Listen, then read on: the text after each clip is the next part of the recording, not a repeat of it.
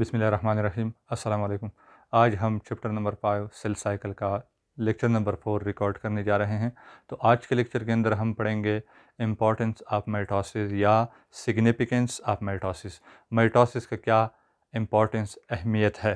तो पहला जो हमारा पॉइंट है जिसको हम डिस्कस करने वाले हैं वो है डेवलपमेंट एंड ग्रोथ, यानी डेवलपमेंट और ग्रोथ में माइटोसिस का क्या रोल है। Development and growth depend upon mitosis. Development और ग्रोथ जो है माइटोसिस पे डिपेंड करता है। अब डेवलपमेंट क्या है? The changes in shape, form and degree of complexity in an organism is called development.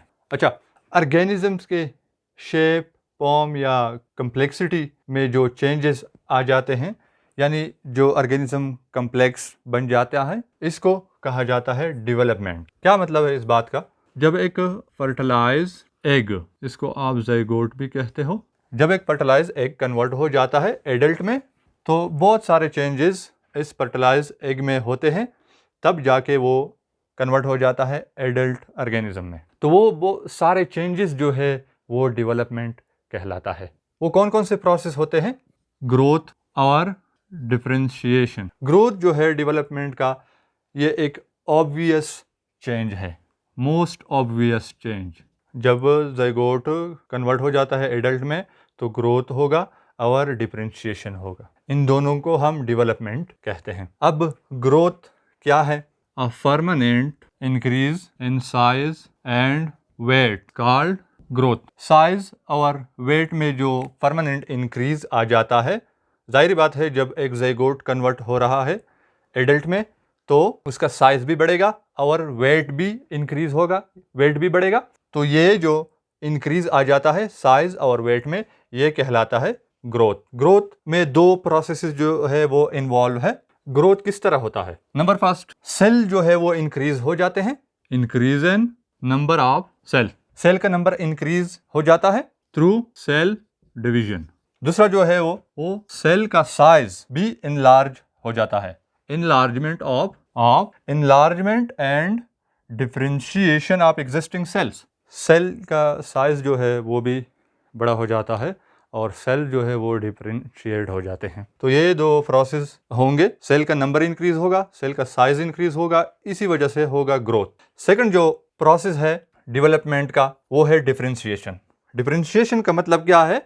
The generation of specialised cell types. The generation of specialized cell types is called differentiation। specialized type के cells जो है वो बनेंगे। अगर आप यहाँ पे देखें, ये एक सिंगल सेल है, तो यही सिंगल सेल में जब डिवीजन होगी तो ये कन्वर्ट हो जाता है एडल्ट में। तो ये तो एक सिंगल सेल था।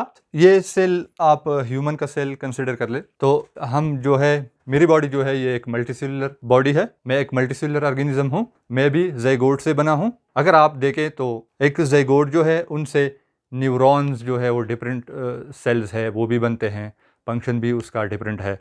मसल सेल जो है वो भी डिफरेंट है, उसका फंक्शन भी डिफरेंट है। ये जो स्किन के सेल्स है ये भी डिफरेंट है, फंक्शन भी डिफरेंट है। ये सारे के सारे एक ज़ाइगोट से बने हैं। तो एक ज़ाइगोट से स्पेशलाइज्ड टाइप के सेल्स बने हैं। इस प्रोसेस को कहते हैं डिफरेंशिएशन। अच्छा, सेकंड जो पॉइंट है जहाँ पे माइटोसिस जो है अपना रोल प्ले करता है वो है सेल रिप्लेसमेंट। क्या मतलब है इस बात का? Replacement of lost cells by new cells. Replacement of lost cells by new cells. जो सेल लॉस्ट हो जाते हैं उसकी जगह पे न्यू सेल्स जो है, नए सेल्स जो है बन जाते हैं थ्रू माइटोसिस। अगर आप देखें तो रोज़ जो हम सुबह या शाम को हम ब्रश करते हैं, टूथब्रश, तो उससे हमारे जो गम्स होते हैं उसके 100 सेल्स जो है या 100 से भी ज़्यादा सेल्स जो है वो शेड हो जाते हैं, ख़त्म हो जाते हैं और उसकी जगह नए सेल बन जाते हैं थ्रू माइटोसिस। जो हम ब्रश करते हैं टीथ को, इससे तकरीबन 100 या मोर देन 100 सेल जो है वो शेड हो जाते हैं, ख़त्म हो जाते हैं और रिप्लेस हो जाते हैं थ्रू माइटोसिस। यानी जो सेल जो है वो शेड हो जाते हैं, उसकी जगह नए सेल बनते हैं माइटोसिस के जरिए। अब हम आते हैं अपना थर्ड जो पॉइंट है उसको डिस्कस कर रहे हैं। थर्ड जो हमारा पॉइंट है वो है रीजनरेशन। रीजनरेशन का मतलब क्या है? द एबिलिटी टू रीगेन और रिकवर द लॉस और injured part of the body is called regeneration. इसका क्या मतलब है?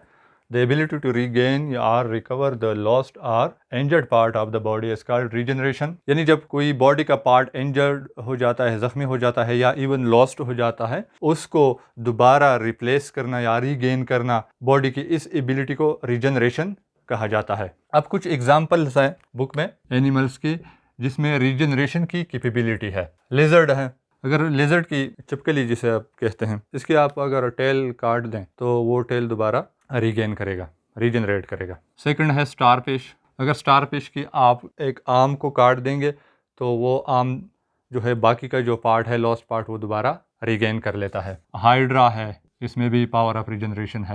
अर्थवॉर्म है, ह्यूमन में जो वोंड होता है, जख्म का भर जाना, ये भी एक रीजनरेशन है। हीलिंग ऑफ स्किन वोंड इस तरह है। रिपेयर ऑफ फ्रैक्चर, जब कोई फ्रैक्चर होता है, बोन टूट जाता है तो वो रिपेयर हो जाता है, तो ये भी एक रीजनरेशन है। फोर्थ जो हमारा पॉइंट है जहाँ पे माइटोसिस अपना रोल प्ले करता है वो है एसेक्सुअल रिप्रोडक्शन।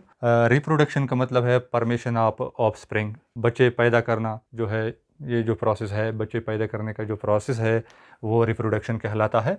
और जो एसेक्सुअली प्रोड्यूस कर रहे हैं बच्चे, तो ऐसे रिप्रोडक्शन को एसेक्सुअल रिप्रोडक्शन कहते हैं। और एसेक्सुअल रिप्रोडक्शन की डिफिनीशन क्या है?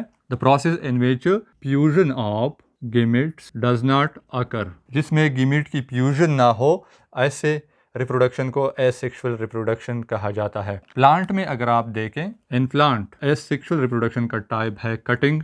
कटिंग में हम प्लांट का एक पार्ट जो है वो काट लेते हैं और उसको सॉइल में लगा देते हैं, और वो सेम उसी प्लांट का जिससे हम काट लेते हैं उस पार्ट को, उसी तरह एक पूरा कंप्लीट प्लांट उनसे बन जाता है थ्रू माइटोसिस। थर्ड जो है वो है ग्राफ्टिंग, ग्राफ्टिंग कलम लगाना। थर्ड जो है वो है बडिंग। बडिंग क्या है? ये एक आउट ग्रोथ है जो कि पेरेंट जो प्लांट है उसकी बॉडी से एक आउट ग्रोथ एराइज हो जाता है, और वो आउट ग्रोथ जब डिटेच हो जाता है तो उनसे कंप्लीट प्लांट बन जाता है थ्रू माइटोसिस। अब हम इसको एनिमल में देखते हैं। एनिमल में भी एसेक्सुअल रिप्रोडक्शन ये बडिंग के ज़रिए होती है, और इसके एग्जाम्पल दिए हैं बुक में। एक है हाइड्रा। हाइड्रा एक ऐसा एनिमल है जो कि बडिंग के ज़रिए यानी एसेक्सुअली रिप्रोड्यूस कर सकता है। और दूसरा एग्जाम्पल है स्पॉन्जेस का। स्पॉन्जेस, तो इन सब में एसेक्सुअल रिप्रोडक्शन होता है।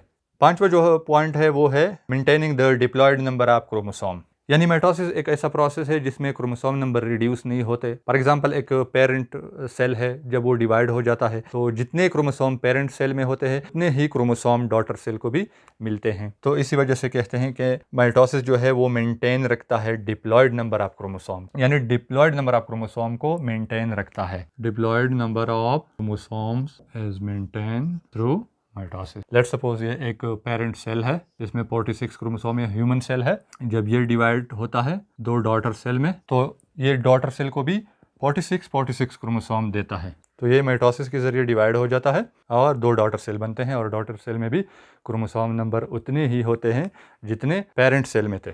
अच्छा, new cells are produce through mitosis. Mitosis के जरिए नए सेल भी बनते हैं। और सातवां जो हमारा पॉइंट है वो है कैंसर। कैंसर एक फेटल डिजीज़ है, जानलेवा है, मरते हैं लोग इनसे। तो ये भी होता है। Cancer is caused by uncontrolled mitosis, caused by uncontrolled mitosis, यानी कैंसर जो सेल्स है उसमें अनकंट्रोल्ड माइटोसिस होता है। तो ये था हमारा आज का topic. Thanks for watching the video. शुक्रिया।